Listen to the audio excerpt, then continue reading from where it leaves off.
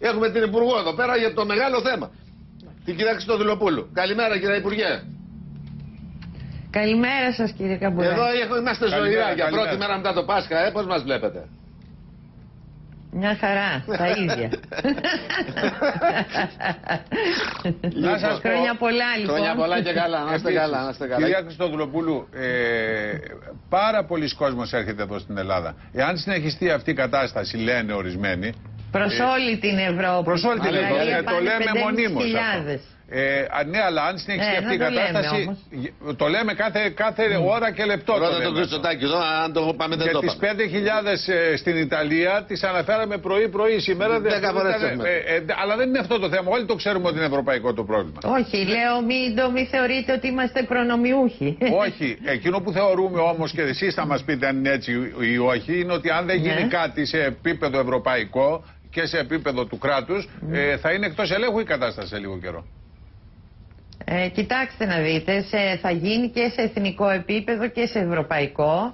Εκπονούμε ένα έκτακτο σχέδιο μετά τα νησιά και για την Αττική και για τις μεγάλες πόλεις, γιατί εκεί θα προωθηθούν προφανώς, προκειμένου να οικοδομήσουμε έκτακτες δομές φιλοξενίας, γιατί δεν υπάρχουν δομές. Ο κύριος Δένδιας είχε υποσχεθεί ότι μέχρι το Δεκέμβριο του 2014 θα είχε 2.500 θέσεις, δεν έφτιαξε ούτε μία.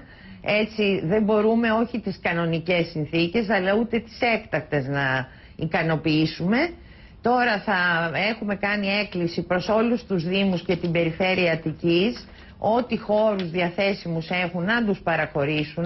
Εννοείται χώρους, εννοείται κτίρια ή ανοιχτούς χώρους να σηκώσετε κάτι? Ή εκτάσεις, για να βάλουμε εμείς σκηνές και να προβλέψουμε τα απαραίτητα είδη πρώτης ανάγκης. Τουαλέτες δηλαδή, με φαγητά και λοιπά, και γιατρό και λοιπά, έτσι. Ναι, ακριβώς. Ναι. Το Υπουργείο Υγείας έχουμε συμφωνήσει, θα έχει κινητές μονάδες. Για πόσες θέσεις, για να παρέχουν. Για πόσες θέσεις λέτε τώρα, για πόσες θέσεις, για πόσο κόσμο? Κοιτάξτε, ό,τι βρούμε αμέσως θα ξεκινήσουμε, ό,τι μας παραχωρηθεί, και θα καταλήξουμε, αν δεν μας παραχωρήσουν, σε παλιά στρατόπεδα που δεν είναι σε χρήση, ώστε να βάλουμε τα πρώτα είδη ανάγκης για να φιλοξενήσουμε τους ανθρώπους. Θα είναι ανοιχτά αυτά, παράλληλα, ανοιχτές δομές. Ανοιχτά, ευτυχώς μας βοηθάει ο καιρός. Κυρία Χριστοδουλοπούλου, η λογική λέει όμως ότι αν συνεχιστούν με αυτό το ρυθμό οι εισρωές των προσφύγων, των μεταναστών, ανάλογα αυτό, δεν θα μπορέσουμε να διεκπαιρέσουμε. Εγώ εσάς δομές και να κάνετε με εκατοντάδες χιλιάδες που καραδοκούν να περάσουν στην Ευρώπη. Δεν καραδοκούν τόσο πολύ. Υπολογίζουμε εμείς ότι θα υπάρχει μια ροή της τάξης ίσως των 100.000 μέσα στο 2015. Για μας μόνο. Νομίζω ότι μπορούμε να τα καλύψουμε. Σε εμάς μόνο. Ναι. 100.000 άνθρωποι καινούργοι να έρθουν εδώ.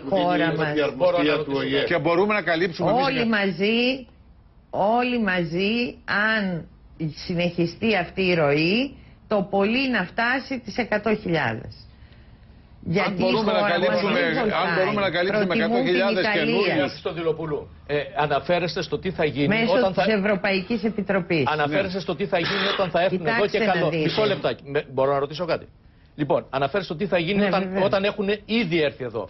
Μήπως πρέπει σε συνεργασία με την Ευρωπαϊκή Ένωση, με την Τουρκία κλπ. Τώρα ετοιμαζόμαστε. Ναι. Μήπως πρέπει σε συνεργασία με την Ευρωπαϊκή Ένωση, με κάποιες προσπάθειες με την Τουρκία, να αποτρέψουμε ένα μέρος αυτού του κύματος? Γιατί δεν λέω ότι δεν θα μπει κανένας, αλλά το αντιμετωπίσουμε ότι θα έρθουν και πώς θα τους υποδεχτούμε μόνοι.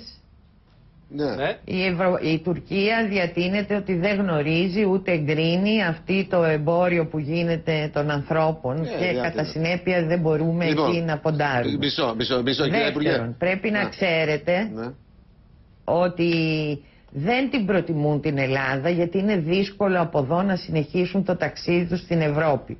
Γι' αυτό πάνε η Ιταλία και η Ισπανία, που τα σύνορα βοηθάνε για να πάνε στον προορισμό τους. Δεν την προτιμούν, αλλά δεν θα έρθουν 100.000 το 2015. Πολύ είναι αυτό. Δεν είναι. Το 100.000 μετά το διάλειμμα. Στη χειρότερη περίπτωση. Στη χειρότερη περίπτωση εκτιμάμε, αφήστε να ολοκληρώσω, τα συνέπεια εκτιμάμε ότι το μεγαλύτερο αριθμό που μπορούμε να έχουμε εμείς θα είναι αυτός. Μπορεί και να μην είναι, να είναι λιγότερο. Μα 100.000 καινούργιοι μετανάστες, κυρία Χριστοδουλοπούλου, δεδομένου ότι υπάρχουν και... Μισό λεπτό να καταλάβω. Για να βοηθήσετε, μα αφήστε, μιλάτε όλοι μαζί, για να βοηθήσετε, αρχίστε να χρησιμοποιείτε τον όρο πρόσφυγες, γιατί αν ακούει η Ευρωπαϊκή Επιτροπή ότι λέτε για μετανάστες και λαθρομετανάστες, δεν θα εγκρίνουν κανένα κονδύλιο.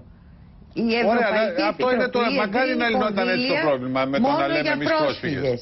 Λέμε λοιπόν πρόσφυγες. Όχι, το ξέρετε ότι τα ακούνε όλα. Το ξέρετε και από τα οικονομικά. Απλώς λέω, η λογική μου εμένα μου λέει ότι 100.000 καινούριοι πρόσφυγες, δεδομένων και των χιλιάδων που υπάρχουν ήδη εδώ, είναι δύσκολο για την Ελλάδα να το αντιμετωπίσει αυτό. Οι χιλιάδες που υπάρχουν είναι τακτοποιημένοι. Είναι 650.000 νόμιμοι μετανάστες. Όλοι όσοι είναι εδώ είναι νόμιμοι μετανάστες. Ναι, βεβαίως. Οι 650.000, οι άλλοι είναι αόρατοι, δεν τους ξέρουμε. Αυτό που σας λέω είναι το εξής, ότι αν έχουν έρθει 6.000... Τι τακτοποιημένοι είναι. Λοιπόν, διάλειμμα 2 λεπτά παιδιά και θα συνεχίσουμε. Διάλειμμα κύριε Υπουργέ.